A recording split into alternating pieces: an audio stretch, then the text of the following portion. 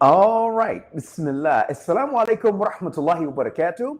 Bismillah. Alhamdulillah. As-salatu was-salam ala rasulillahi wa ala alihi wa ashabihi ajma'in. Welcome everybody from around the world. My name is Bilal Abdul Kareem, and this is the BAK show wherein we discuss the issues which are important to you. Of course, I am your host. We are broadcasting live on YouTube and here on X. So we're excited to be here. We love to have everybody here. And we're going to be getting started in just a few minutes. Listen, brothers and sisters, we have a lot of stuff to discuss, but I want to know what it is that's important to you. So you can add in your questions. You can put in your comments, your concerns, and we're going to do our best to try to answer these questions, inshallah ta'ala. Well, everybody, we're going to get started off with a bit of news, which I'm not sure if everybody is completely aware of. But the U.S. envoy to Syria, whose name is Thomas Barak, he also doubles as the U.S. ambassador to Turkey. And he said yesterday at the conference in Manama, Bahrain, that Ahmed Shara, also known as Abu Muhammad al-Jawlani, will be coming to the White House on the 10th of this month. That's November. So we're talking about in about 8 days. He'll be at the White House. And he didn't spare any words where he said what he was coming for.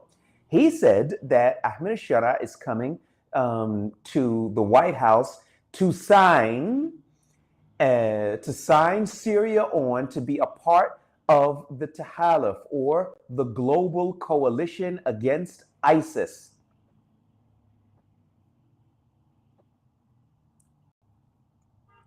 I want to say that again. That he will be going to the White House to sign Syria up as a part of the global coalition against ISIS. That's here in Syria. All right, look. Now, we might have some differences of opinion and all. It's really going to be, I don't want to say that the information that I have is totally airtight and absolute. There's always room for a little of this, a little of that. Oh, you missed that, or you have to add some of this or whatever. That happens. But I'm going to tell you something. And I'm going to have to go back into some notes and try to figure this thing out. But I don't remember the last time that there was an attack by ISIS members or ISIS fighters here in Syria. We're always hearing that they're gathering their forces and they're getting ready to do something, and they're in the desert. I am everywhere in this country, from the north to the south to the east and the west. And I'm going to tell you something. I'm just being real with you. And anybody that wants to join in and tell me, hey, Bilal, you missed some stuff, I'm ready to listen. But I don't remember the last time that ISIS pulled off an attack here in Syria. Now, I'm not going to say that they can't do it. I'm not going to say that they don't exist. They do. But I don't remember the last time an attack. And you need the American forces here in Syria. You need to join up with the same forces that are killing the brothers and sisters right in Palestine. You need to join up with them for what? I mean, I could understand if the place was a barn, it was a jungle, there are attacks all over. Abu Bakr Baghdadi's son has declared himself the new president, or whatever was going on. I could understand the idea that you need outside help. I didn't say the Americans, under no circumstances. But I can understand we could have a conversation that we may need to call in some extra firepower. But brothers and sisters, I don't see where the attacks are. And I'm here in Syria. I don't see it. I don't see where people are being recruited to be a part of ISIS anymore. I don't see it. I don't see that people here feel like they're under threat to be a part or that They're under threat that ISIS might attack them. I don't see it. And now the president of the country is now pulling off, well, they've already pulled off military operations with the Americans. They've done so 5 times this past year. And now they're going to sign up to be a part of the global coalition against ISIS. Brothers and sisters, what's going on? Something ain't right. It's got to put it out there. Something ain't right. Something's going on here, and we're all out of the loop. Because even if there were some ISIS attacks, okay, New York City, for example, has gang violence. Los Angeles has it. London has it. You don't see London calling in the Germans to stop. I mean, do you need an elephant to come in to stomp out a roach? Do you need that? Anyway, I digress. Let's take a look and see what you guys think, because, you know, this is not good, brothers and sisters. This is not good. Okay.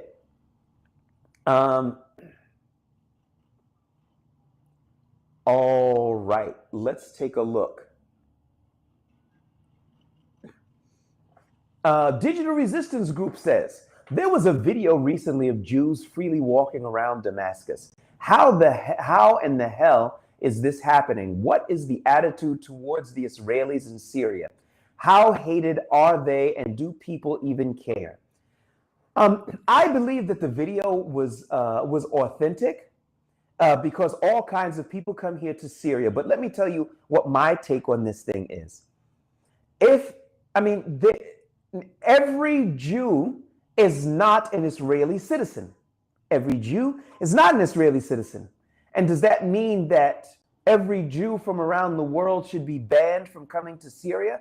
No, I don't see it like that. I don't think that we need to be that way. I think that Islam is stronger than that. I think that Islam can easily deal with the presence of having Jews here. Let them come. Let them meet with us, sit with us, talk with us. Let's talk. I don't have a problem with that. The issue comes in when we've got Israeli mercenaries and such like that just walking in and just doing their thing. That's when the problems come in. Now, I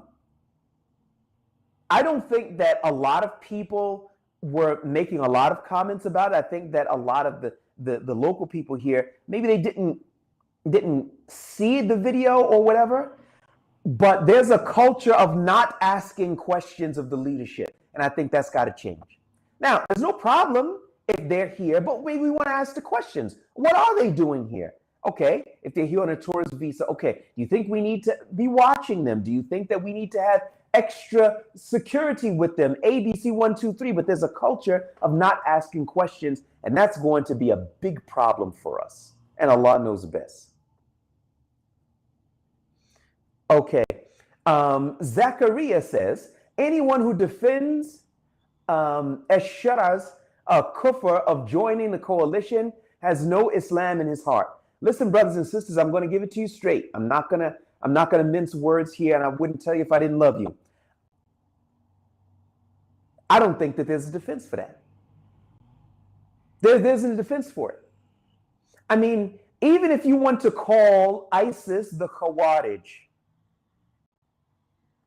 I believe very strongly that the ISIS are a bunch of takfiris. Their knowledge of Islam is minimal at best. They are an extremist group. No questions, no ifs, ands, no buts about it. Okay. But have the scholars put them out of Islam? Are they now non-Muslims? No. You've got different sects of people inside of Islam, and they do some weirdo stuff.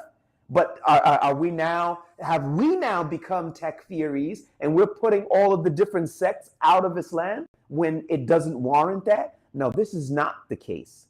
This is the first thing. So if they are still Muslims, how can we participate with non-Muslims to kill them? How can we do that?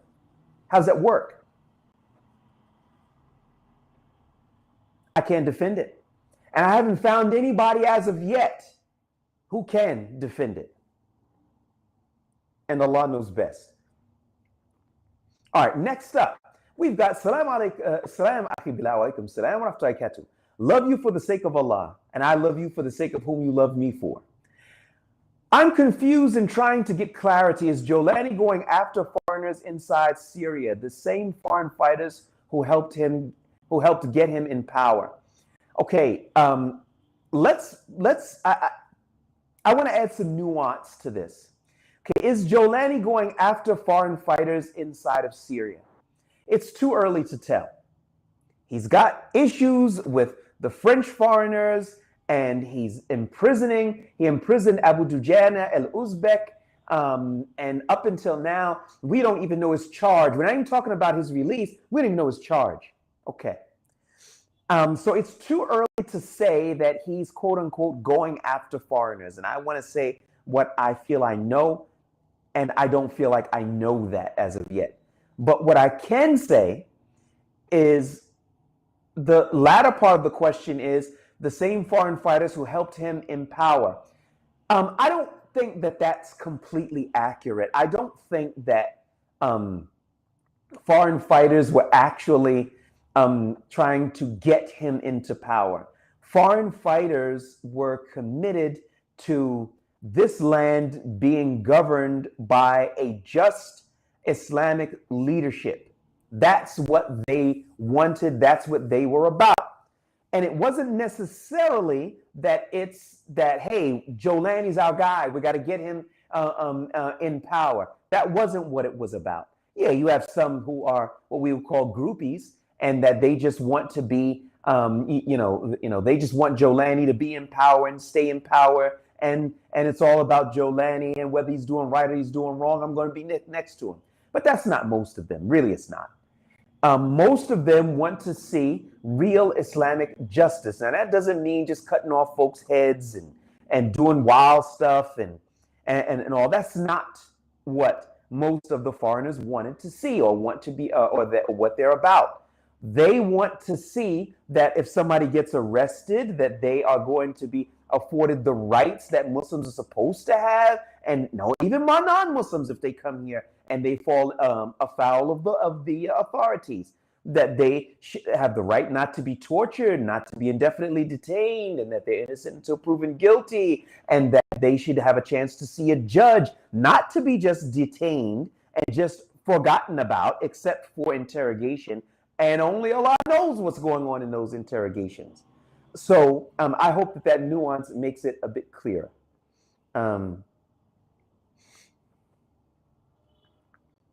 Okay, Free Palestine, One Love said, does that mean, in other words, to stop Islamic uprising in general? I don't think I understand the context of this of this comment. Maybe you could just send a bit of clarity, Free Palestine, because I'm not sure I quite understand it. Okay, next up. So much has been cracking off, including Sudan and Mali. Do you cover the news on the ground there, or is Syria just your concern? Now, my concerns are way beyond just Syria, but we've also got to understand something. I speak very definitively about certain things, particularly here in Syria, but not limited to Syria. And I feel like I can do that when I have the proper connections that can give me the real information that's happening on the ground. Now, we have some of that in Syria, but there are places that we here at OGN, we just don't have the people on the ground. So I can speak on certain issues, but there have to be certain caveats that are there so that you understand that when I bring you the news, when I bring you certain commentaries and such like that, I'm speaking because of what I know and not what I think or somebody said, or I'm not really sure, or, so I want that to be clear. There are a lot of things that go on, a lot of things that I don't talk about because I can't necessarily authenticate them. So if I can't necessarily authenticate them, then sometimes I have to kind of just speak generally about it or try to abstain from it. And Allah knows best.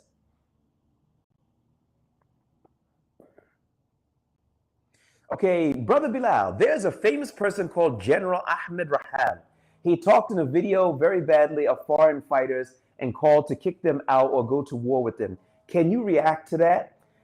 Um, I think, and Allah knows best, that amongst many of the Assyrians, foreign fighters actually have a very good reputation. Yes, you had foreign fighters that went to ISIS, but you had a lot more Syrians that went too. So this ISIS wasn't just a foreigner thing. It really, really wasn't. And that's the reality. And a lot of Syrians, they know that, they understand that. Now, in terms of this statement, which is attributed to General Ahmed Rahab and all, to kick the foreign fighters out, I would say to him, while I have not seen that statement, but if it was made, I would say to anybody who make a statement like that, you enjoy some of the freedoms that you seem to have, like to go back to your families, to have hooked up with your families, as a result of the efforts of good Syrian brothers and good foreigners as well. Now, I would say to them that that's a debt of gratitude that you should have both to your Syrian brothers who fought and also to the foreigners who fought. So I believe that Syria is not out of the woods. So people should be very, very careful about being nasty to foreign fighters, because to the northeast, you've got the Kurdish militia forces, the PKKs and the SDFs and such like that. Okay? They're looking for funding from Tel Aviv. That's a threat. You've got the Israelis to the south who are controlling good portions of the south, including Suedat and big parts of Quneitra. That's another big problem. They come in and go out of Syria with impunity all the time. Now, what happens if Tel Aviv's man, Hikmet Hajri, that's down in Suedat, all of a sudden he starts to flex his muscles? But at the same time, Kurdish militia forces in the northeast, they decide to flex their muscles at the same time. And then you have the IDF that's in Quneitra also, who decides to be fresh at the same time. All of a sudden, this General Ahmed Rahal, if he made this statement and all of a sudden, then he'd be saying, those foreign fighters, they were something else. Those are our brothers. We love them. Any more coming? And that's the reality, and Allah knows best. Next.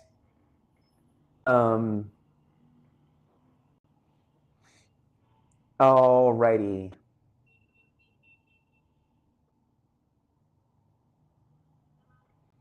All right. All right.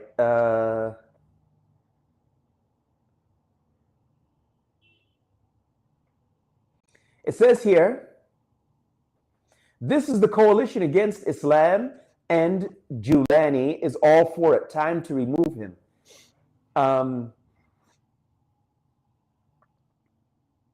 His siding with the Americans, which is synonymous with siding with Tel Aviv, because the Americans in Tel Aviv are one and the same. Now, I know some people might sit there and say, oh, well, the Americans are the most powerful, and the Americans and the Americans and the Americans. Okay, but you're not dealing with Washington, except that Tel Aviv's interests are going to be represented. Full stop. Anybody who says other than that, they're fooling themselves. And Allah knows best. That's the reality of the situation. And it says here, could it be said he is signing allegiance to the Western world order? Absolutely. If he signs that a pledge to be a part of the global tahaluf, I'm losing my English here, the global forces against ISIS, because those forces are not just against ISIS. There were several brothers who were droned this year. They weren't a part of ISIS. I don't know any of the ISIS fighters that got droned. Maybe you do, but I don't. I'm talking about this year. They were either independents or they were ex-Hurasidin, while Hurasidin hasn't functioned as a group since 2020. Since 2020. There have been no plans of attacks from Syrian soil. Look at the situation here. What are you telling me? Somebody's planning a 911 attack, and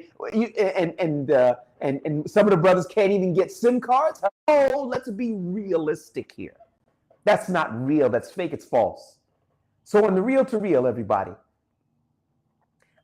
if he signs on to be a part of the global coalition against ISIS, because it's not against ISIS. The Western world deems ISIS to be anybody who wants Islam as a governing force. I'm not talking about people who are just happy to go to the masjid and to come home and to be kind to parents and to feed the poor and such like that. That's not what I'm talking about. But what the West fears more than anything else is the justice of Islam as a governing authority. It will take away the ability of the weak to simply devour the poor. And this is what they fear. Let's be real, brothers and sisters, so that you understand what they're afraid of. They're afraid of Islam as a governing authority. Let's go back to the time of the Prophet sallallahu alaihi wasallam. Abu Jahl and the rest of them, they knew Hubal wasn't a real god, that it was just a piece of stone, but they were afraid of Islam because they were the power brokers, and Islamic justice wasn't going to allow them to simply operate with impunity, because it gave equality to everybody. And the best from amongst them was the one who had the most taqwa. They weren't for that. And that's why they fought the Messenger of Allah, sallallahu alaihi wasallam.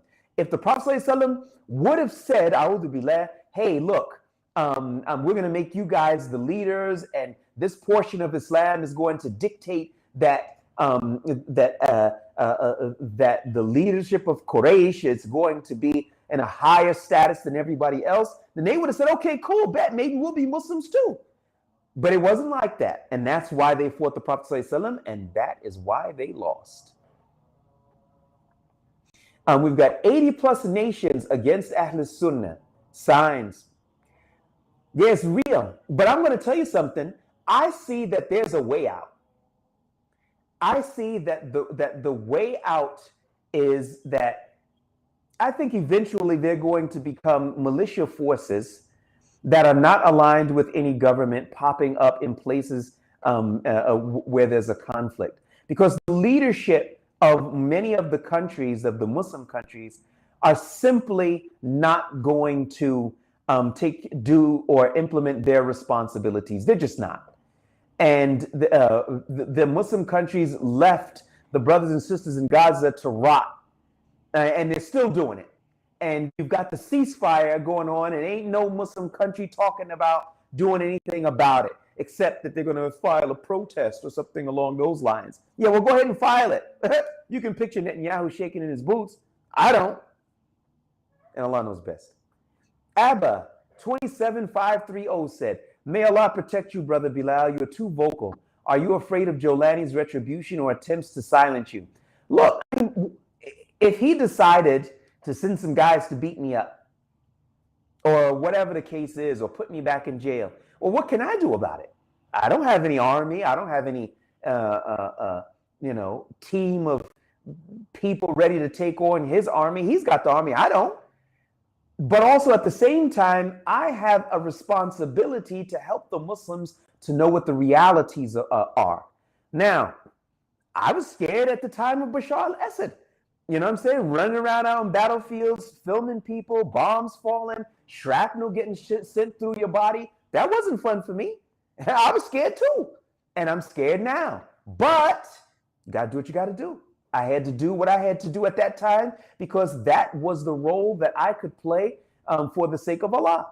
this is the role that I can play for the sake of Allah. Now, it's up to Allah to decree exactly what will or will not happen to me. But until that time, I got to do my thing. I have a responsibility. What am I going to say to Allah when He asks me, I gave you a certain level of it in the hearts of the people. I gave you the ability to discern what was right and wrong, fact from fiction, what was true and what was false. What did you do with it? And then I say, oh, well, I didn't really do anything with it, Ya Rabbal Alameen. And then the question might be, okay, well, why didn't you? It's like, oh, well, because I was scared of Jolani. I was scared of this one. I'm scared of that one. That's not going to fly on Yom Qiyamah. I'm not getting up there saying that.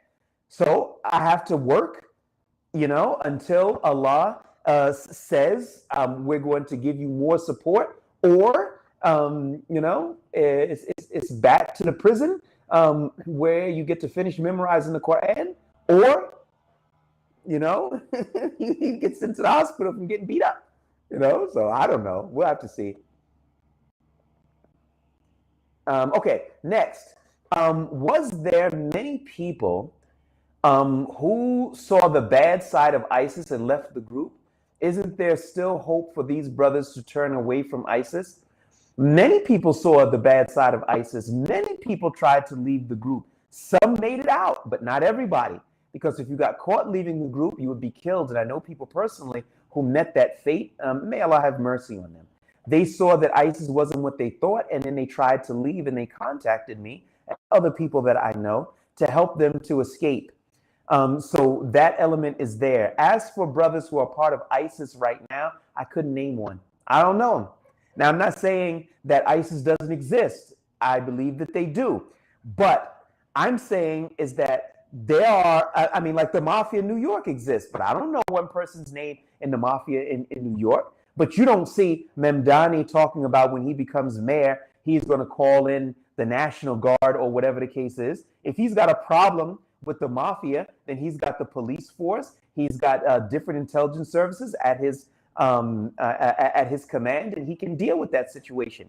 And likewise here, I only see these people dealing from Washington who are pushing this this narrative that ISIS is everywhere, and if you look in the shadows, ISIS is there, and if you look in the milk at the bottom of the cup, ISIS is down there too. I'm telling you, brothers and sisters, I'm all around this country, and it ain't like that, and Allah knows best. Is it true there are Al-Qaeda sleeper cells growing in South Syria? I don't know that.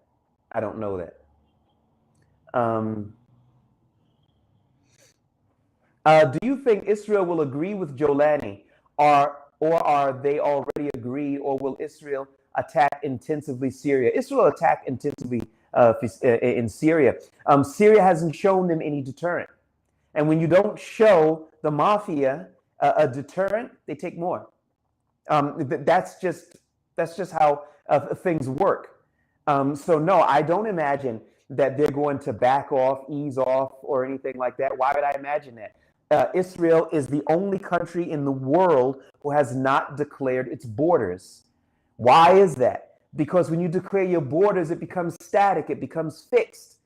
And they have an expansionist mentality. Benjamin Netanyahu got up in front of the UN and he showed greater Israel. It includes parts of Syria. It includes other parts of other countries. But it's the weakness of the leadership when they just go like this and say, yeah, did he show a map? I didn't see it. And somebody says, oh, it's right there on YouTube. Huh? What YouTube? Oh, my internet's not working. And I'm telling you, that's just the way that they are. And that's how it's happening. And that's why we're getting our butts kicked. And Allah knows best. Okay.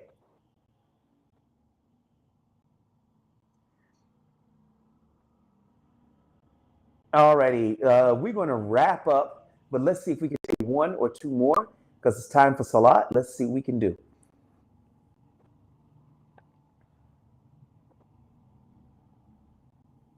All right, now we've got a question here.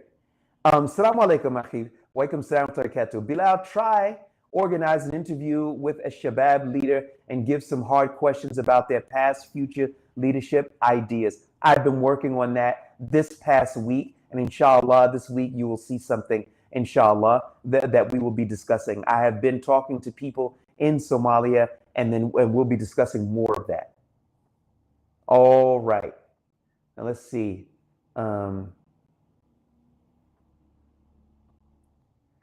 Okay, one last one.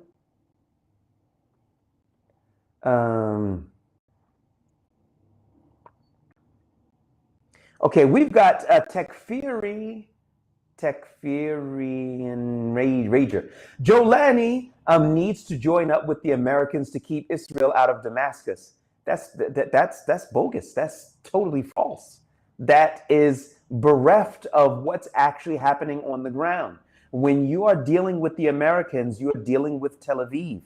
Because as soon as the Americans get intelligence, they send it directly to the Israelis. So while you may be dealing with somebody on the face, he's from Washington, but Washington and Tel Aviv have been in lockstep. They've been bankrolling, arming, and using political cover for the genocide.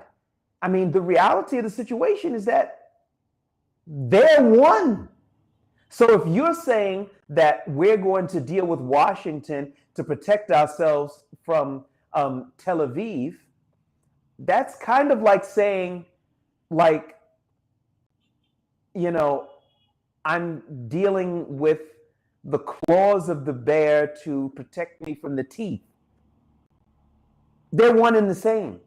There's no distinction really between the two. And if you're making distinctions between the two, it's fake. Don't listen to Donald Trump. Oh, Donald Trump is angry with Netanyahu. Who cares? I don't care if he liked Netanyahu or not. And I don't think Netanyahu cares either.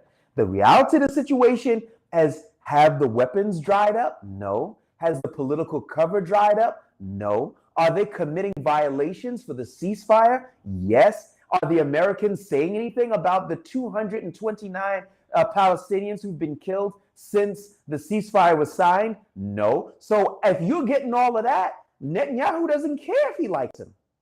I wouldn't care either. And Allah subhanahu wa ta'ala knows best.